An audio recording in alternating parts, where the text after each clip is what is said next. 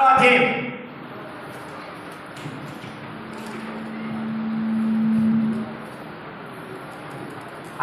11 నుంచి చదువుకుందాం. ఉదయమైనప్పుడు ఆయన తన శిష్యులను పిలిచి వారిలో 12 మందిని ఏర్పరిచి వారికి అపోస్తలుల పేరు పెట్టాడు. ఎంతమందిని పెట్టాడు? 12 మందిని ఎన్నుకున్నాడు, 12 మందిని ఏర్పరచుకున్నాడు. తర్వాత ఏం చెప్పారు? 12 మందికి పేర్లు పెట్టారంట. ఏం పెట్టాడు?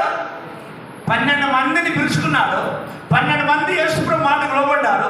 12 మంది యేసుప్రభు విజయం చూపించారు. 12 మంది యేసుప్రభుని వెంబడించారు. వారిని పిలుచుకొని వారికి ఏం పేరు పెట్టండి? అపోస్తలులు అని పేరు పెట్టాడంట. ఎవరు పెట్టారు పేర్లమ్మా? అలాగే ఎవరు పెట్టారు? యేసుప్రభు పెట్టాడు. ఏం పెట్టాడు? అపోస్తలులు అని పేరు పెట్టాడంట కదా. దేవునికి స్తోత్రం. హల్లెలూయా. పిలిచాడు యేసుప్రభు. ఎంతమంది పిలిచాడు? 12 మందిని ఏర్పరచుకొని వారికి అపోస్తలులని పేరు పెట్టెను.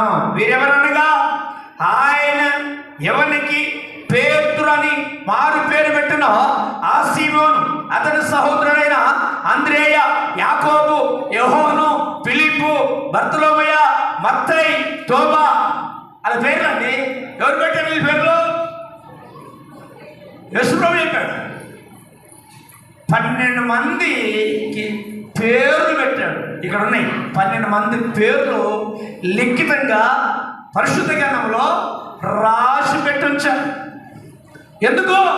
వారిని చూసి మనం నేర్చుకోవాలని, వారిని చూసి మనం యేసుప్రభుని వెంబడించాలని, వారిని చూసి లేఖనముని విని గ్రహించి అపోస్తుల వల్ల మనం ఉండాలని, అపోస్తుల వల్ల ప్రభుని వెంబడించే వారిని ఉండాలని, అపోస్తులు చేసిన పరిచర్య చేయవలని లేఖనాల్లో స్పష్టతగా రాయబడింది.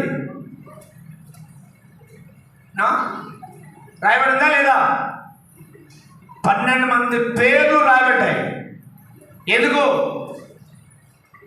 వారి మందిమేనా అంటే వాళ్ళ పేర్లు ఎందుకు రాసిపెట్టింది ఇక్కడ జీవనంలో, పరిశుద్ధ గ్రంథంలో? వారిని చూసి మనం నేర్చుకోవాలని, వారి వల్ల మనం ఉండాలని, వారి వల్ల మనం ప్రభుని వెంబడించాలని, వారు చేసిన పరిచర్య మనం కూడా చెయ్యాలని కదా ఈ పేర్లు అక్కడ రాయబడ్డాయి కదా. అవసరానికి వాడుకుంటాం మనం యేసుప్రభుని. దేనికి వాడుకుంటామా? అవసరానికి వాడుకుంటాం, కడుపు నొప్పికి వాడుకుంటాం, తలనొప్పికి వాడుకుంటాం, పిల్లలు లేకపోతే పిల్లల గురించి ఆడుకుంటాం యేసుప్రభుని కదా. ఇవన్నీ అయిన తర్వాత యేసుప్రభు ఎవరు మనకు తెలియదు, సేవకుడు ఎవరు మనకి తెలియదు. మళ్ళీ అవసరం వచ్చినప్పుడు దండాలు పెట్టేది నేర్చుకున్నాడు. ఏం నేర్చుకున్నాండి? ఏం నేర్చుకున్నామా? నటించడం, దండాలు పెట్టడం. ఇక నువ్వు లేకపోతే మీ వెళ్ళాం, మాకు వెళ్ళలేదు, నువ్వు లేకపోతే బతకమన్నప్పుడు నటన ఉందా లేదా సంఘంలో? ఇది అయిపోయింది, అలవాటు అయిపోయింది కదా. మరి నేను బలపడ్డానా, స్థిరపడ్డానా, వాక్యానుసార జీవితం ఉందా అన్నది లేదు ఆలోచన. తింటున్నామా, ఉంటున్నామా, కొంటున్నామా, లేస్తున్నామా, పని చేసుకుంటున్నామా, సంపాదించుకుంటున్నామా, లోకంతో ఉంటున్నామా, అందరిలో కలిసి ఉంటున్నామా? ఇది అయిపోయింది, ఇది అయిపోయింది కదా. ఇవ్వదా లేదా? నువ్వెంత సంపాదించావు, నేను సంపాదించావు, నువ్వు బేకలు ఎంత ఉంది, మిగిలిన ఎంత ఉంది కదండి.